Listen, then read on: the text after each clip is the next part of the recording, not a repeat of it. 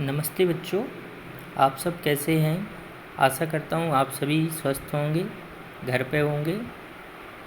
चलिए आज संस्कृत के विषय में हम आगे पढ़ते हैं।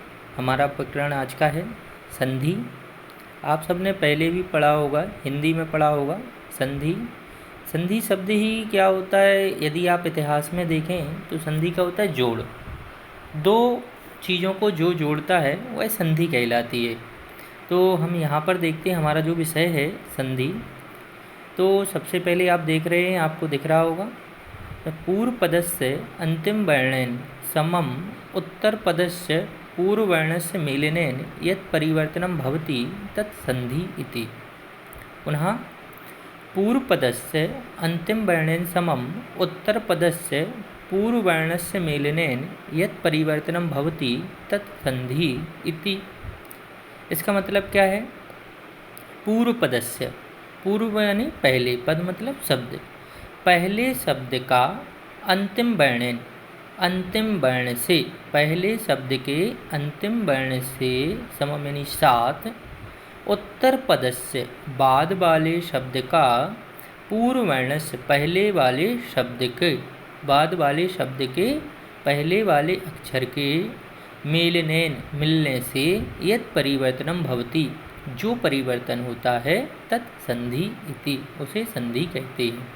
एक बार फिर से, पूर्व पदस्य मतलब होता है कि पहले वाले शब्द का अंतिम वर्णन, अंतिम वर्ण से समम यानी साथ, उत्तर पदस्य पूर्व वर्ण से, उत्तर पद के यानी बाद वाले शब्द के पूर्व वर्ण से यानी पहले वाले अक्षर का मेलनेन के मिलने से यत् परिवर्तन भवति जो परिवर्तन होता है तत्संधि, उसे संधि कहते हैं। सामान्य भाषा में कहें कि जब संधि होती है तो दो शब्दों, दो अक्षरों का आपस में मेल होता है। दो अक्षर कौन से, जो पहला वाला शब्द होगा उसका अंतिम अक्षर और जो दूसरा वाला शब्द होगा उसका पहला अक्षर। तो पहले शब्द के अंतिम अक्षर के साथ दूसरे शब्द के पहले वाले अक्षर का जब मेल होता है और उन दोनों अक्षरों के मिलने से जो परिवर्तन होता है वह संधि कहलाती है। इसको हम और अच्छे से समझ सकते हैं उदाहरण के माध्यम से, जैसे विद्या प्लस आलयः, विद्या धन आलयः। विद्या, अब आप देख रहे हो विद्या में अंतिम अक्षर क्या है, बड़ा दीर्घ आ, और आलया में क्या है, दीर्घ आ। तो इस प्रकार से क्या हो गया, दोनों आ को मिलाया तो बन गया विद्यालयः। अभी दोनों का अर्थ अलग अलग था। विद्या का अर्थ, विद्या शब्द का अर्थ क्या था, ज्ञान, और आलय का होता है घर। अब जब हमने दोनों शब्दों को मिला दिए तो हो गया विद्यालय मतलब ज्ञान का घर, शिक्षा का घर, उसे विद्यालय कहते हैं। एवमेव, ऐसे ही यदि प्लस अपि, यदि प्लस अपि यद्यपि, यानी यदि का जो क्या है दा, ई क्या है सबसे लास्ट में है, तो ई और आ मिलाने पर क्या बन गया, या बन गया। यद्यपि कवि प्लस इंद्रः, कवीन्द्रः।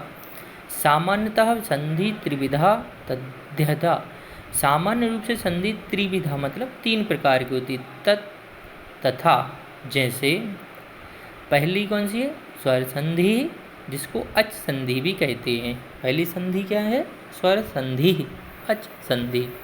दूसरी संधि है व्यंजन संधि, हल संधि, उसको व्यंजन संधि भी कहते हैं और हल संधि भी कहते हैं। तीसरी है विसर्ग संधि। एक बार फिर से, संधि तीन प्रकार की होती हैं। स्वर संधि, जिसको अच संधि भी कहा जाता है, व्यंजन संधि, जिसको हल संधि भी कहा जाता है, और तीसरी संधि होती है विसर्ग संधि। लेकिन बच्चों हमें यहाँ पर केवल स्वर संधि के विषय में ही पढ़ना है। व्यंजन और हल संधि आप आगे की कक्षाओं में पढ़ेंगे। तो सबसे पहले हम स्वर संधि के बारे में जानते हैं।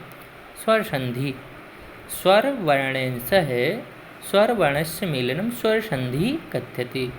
इसका मतलब क्या होता है, स्वर वर्ण के साथ स्वर वर्ण का मेलन, मिलना ही स्वर संधि कहा जाता है। कि जब स्वर के साथ स्वर का मेल होता है तो उसे स्वर संधि कहते हैं। संस्कृत भाषायां स्वीकृतः स्वरवर्णः, संस्कृत में जो स्वीकृत किए गए हैं स्वरवर्ण, इमे सन्ति वे हैं आ, ई, उ, ऋ, लृ, लृ, ए, ऐ, ओ, औ। तो ये क्या है संस्कृत में? ये स्वर हैं। स्वर संधौ एतेषां परस्पर मेलनं भवति, स्वर संधि में इनका क्या होता है? आपस में मेल होता है। अत्र केचिद् विशिष्टाः संध्या उल्लेखनीयाः, यहाँ कुछ विशिष्ट संधियों का उल्लेख किया जाना चाहिए।